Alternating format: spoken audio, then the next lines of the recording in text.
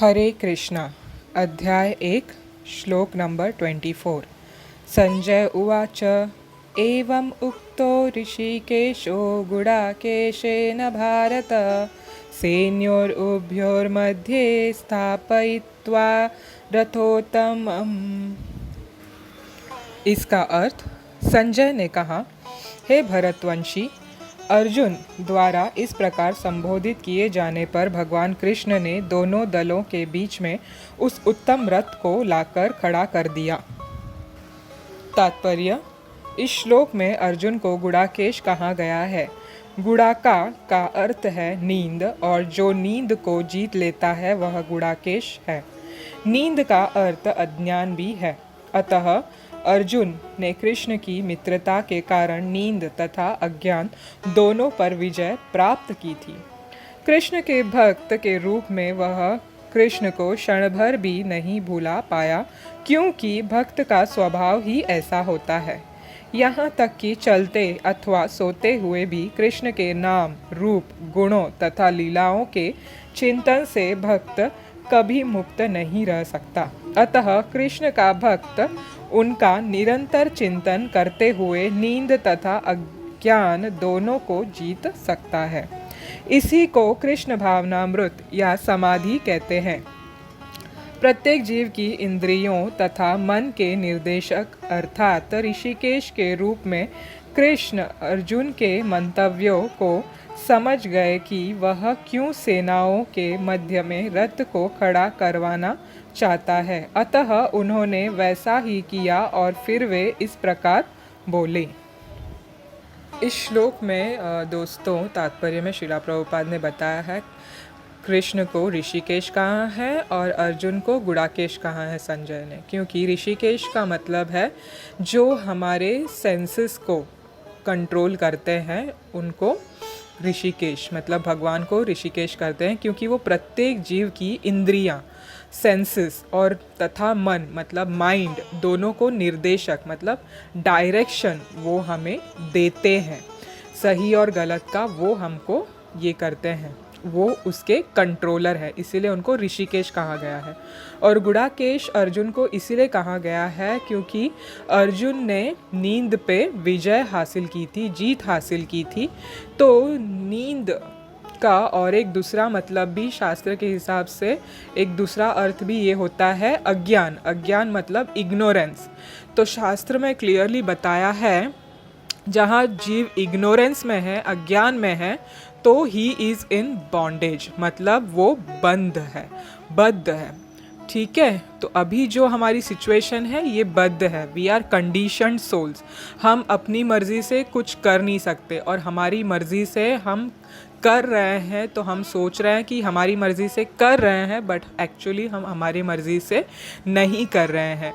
यहाँ पे हमको कुछ भी करना है तो दूसरे की परमिशन लेके करनी पड़ती है। ऐसे बहुत सारे उदाहरण हैं जो रोज़मर्रा के जीवन में हम देखते हैं। जैसे हमको भूख लगती है तो हम उसको कंट्रोल नहीं कर सकते। जब भूख लगती है तो हमको खाना खाना ही है, इस पे हमारा कोई लिबरेशन या फिर उसमें कोई फ्रीडम नहीं है। हम कंडीशनड है। अगर भूख लगी तो हमको खाना खाना है, प्यास लगी तो पानी पीना ही है, और अगर टॉयलेट जाना है, बाथरूम जाना है तो वो भी हम कंट्रोल नहीं कर सकते। तो ये सब चीज़ों में ऐसे, ये तो एक साधारण सा एग्जाम्पल मैंने आपको दिया, जबकि बहुत एग्जाम्पल है जो आप खुद भी अनुमान लगा सकते हैं रोज़मर्रा के जीवन में। तो ये सब हम कंडीशनड है, इसीलिए हमको करना पड़ता है। जबकि हम सोचते हैं कि हम फ्री है, हम कुछ भी इंडिपेंडेंटली कर सकते हैं। नहीं, हम टोटली डिपेंडेंट है भगवान के ऊपर। हर चीज़ हमको यहाँ पे बंधन में रखा गया है, ट्रैप्ड है हम, इसीलिए हमको वो दिखाई नहीं देता वो बंधन, बट एक्चुअली हम हैं। इसीलिए उसको इग्नोरेंस को अज्ञान कहा गया है। जहाँ पे इग्नोरेंस है वहाँ पे बॉन्डेज है, और जहाँ पे नॉलेज है, ज्ञान है, वहाँ पे लिबरेशन है। तो अर्जुन ने दोनों पे विजय हासिल की थी, स्लीप पे भी मतलब निद्रा पे भी, नींद पे भी, और इग्नोरेंस मतलब अर्थात अज्ञान पे भी, दोनों पे भी विजय हासिल की थी। कैसे की थी? क्योंकि उसकी कृष्ण के साथ मित्रता थी, परम पुरुषोत्तम भगवान के साथ मित्रता थी। जब दिव्य दिव्य पुरुष के साथ, परम पुरुषोत्तम के साथ हम जब संपर्क में आते हैं तो वो मित्रता हो या किसी भी भाव से हो, तो वो हमें उस चीज़ से मुक्ति देती है। तो हम उस पे कॉन्कर कर सकते हैं, स्लीप और इग्नोरेंस पे, अर्जुन के जैसे।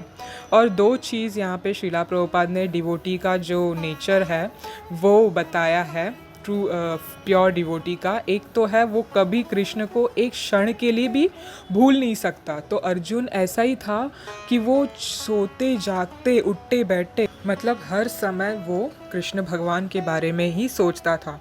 और जब हम भगवान के बारे में सोचते हैं, उनके गुण, लीला, रूप, नाम के बारे में चिंतन करते हैं, उन्हें याद करते हैं, रिमेंबर करते हैं, तो उसको समाधि कहते हैं। अगर वो कंटिन्यूअस है, कंटिन्यूअस विदाउट स्टॉप, तो उसको समाधि कहते हैं।